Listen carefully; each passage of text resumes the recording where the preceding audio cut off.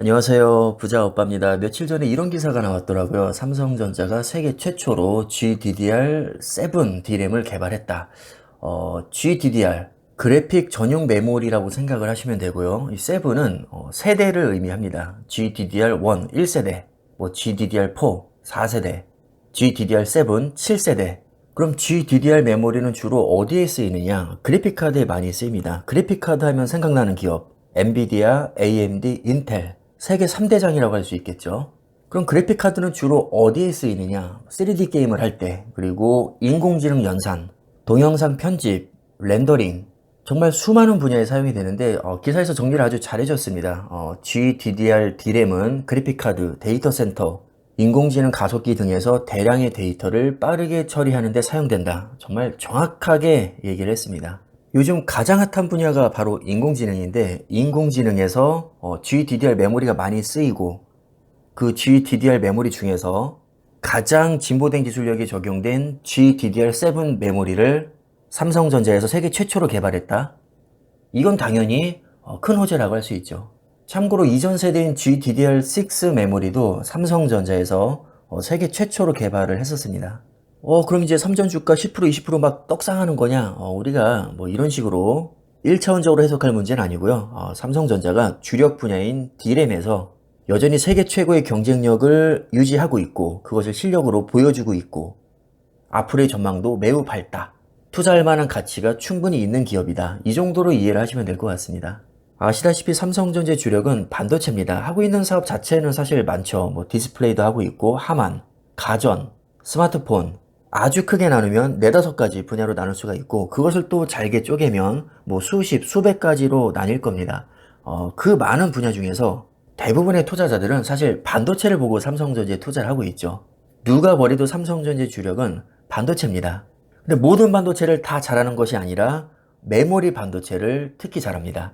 솔직히 말씀드리면 비메모리 반도체는 그렇게 잘하지 못하죠. 물론 비메모리 일종인 파운드리에서는 TSMC에 이어서 세계 2위를 하고 있긴 하지만 워낙에 1위와의 격차가 크기 때문에 존재감이 그렇게 크진 않습니다. 그냥 파운드리는 TSMC가 압도적인 강자다. 이 정도 이미지이기 때문에 당장에 파운드리를 보고 삼성전자에 투자한다 이렇게 보기에는 사실 어렵죠. 참고로 삼성전자는 무려 17년 연속으로 글로벌 TV 점유율 1위 기업인데 우리 중에서 그 누구도 TV를 보고 삼성전자에 투자하진 않을 겁니다.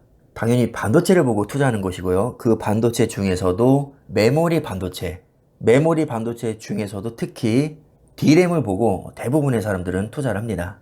오늘 기사의 주인공인 GDDR7 메모리도 바로 D램의 일종입니다. 그럼 D램이 하는 일이 뭐냐? 데이터를 초고속으로 임시 저장하는 역할을 합니다. 종류도 상당히 여러 가지가 있는데 일단 서버 D램 있고요. 스마트폰에 들어가는 D램, 노트북에 들어가는 D램, 데스크탑 일반 PC에 들어가는 D램, 그리고 그래픽카드에 들어가는 그래픽 D램. 그래픽 D램을 우리가 보통 GDDR 메모리라고 하고요. 세대별로 GDDR1, GDDR2, GDDR3, GDDR4, GDDR5, GDDR6, GDDR7 이런 식으로 이제 분류를 합니다. 자연스럽게 그래픽 D램 주요 고객은 엔비디아, AMD, 인텔이 되는 것이고요. 왜냐하면 이 기업들이 그래픽카드 세계 최강자들이기 때문입니다. 특히 엔비디아, GPU 분야에서는 정말 압도적인 세계 최강자죠. 그럼 엔비디아와 AMD, 인텔의 주요 고객은 누구냐? 당연히 빅테크 기업들입니다. 물론 일반 소비자들도 이런 그래픽카드 업체들의 고객이긴 하지만 사실 그 매출로 따져봤을 때는 일반 소비자는 무시해도 될 정도로 시장 규모가 작습니다. 대부분 빅테크 기업들에서 아주 비싼 비용을 내고 그래픽카드 가속기를 다 쓸어가죠. 그럼 빅테크 기업들이 밀고 있는 가장 핫한 분야가 뭐냐? 그 유명한 인공지능입니다.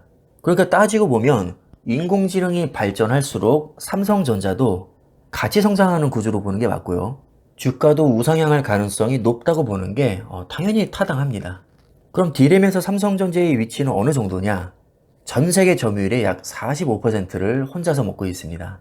30년 넘게 1위 자리를 유지하고 있는데 중간에 1위 자리를 뺏긴 적이 단 한 번도 없죠. 그 뒤를 이어서 하이닉스와 마이크론이 2, 3위를 달리고 있는데 소위 삼성전자, 하이닉스, 마이크론을 메모리 반도체 빅3 업체라고 합니다. D램 분야에서 세 기업의 점유율을 합치면 95%를 차지합니다. 사실상 기타 경쟁자는 없다고 보는 게 맞고요. 중국이 조금 설레발치긴 했었는데 쫄딱 망해버렸죠. 글쎄요, 삼성전자는 중국을 경쟁자로 생각한 적이 한 번도 없는데 중국이 지 혼자 우리는 삼성전자를 이길 거다 이렇게 설레발치다가 그냥 지도 새도 모르는 사이에 그냥 망해버렸습니다. 진정한 경쟁자는 하이닉스와 마이크론이 유일한데 D램 분야에 한정해서 하는 얘기입니다. 그런데 이 마이크론도 우리가 많이 투자하고 있는 필라델피아 반도체에 편입이 되어 있죠. 정말 공교롭게도 GPU 세계 3대장인 엔비디아, AMD, 인텔 모두 필라델피아 반도체에 편입이 되어 있고 심지어 나스닥 100에도 편입되어 있죠. 그리고 대부분의 빅테크 기업들은 나스닥 100에 또 다 들어가 있습니다. 그러니까 우리가 나스닥 100과 필라델피아 반도체 여기에 삼성전자까지 투자를 하게 되면 인공지능을 포함한 4차 산업혁명에 그냥 전부 다 투자를 하는 거라고 생각하시면 됩니다.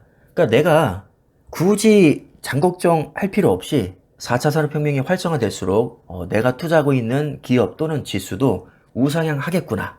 장기적으로 보면 분명히 오를 것이기 때문에 주가의 변동에 굳이 일일비할 필요가 없고 그냥 돈 생길 때마다 조금씩 매수해 나가면 되겠구나.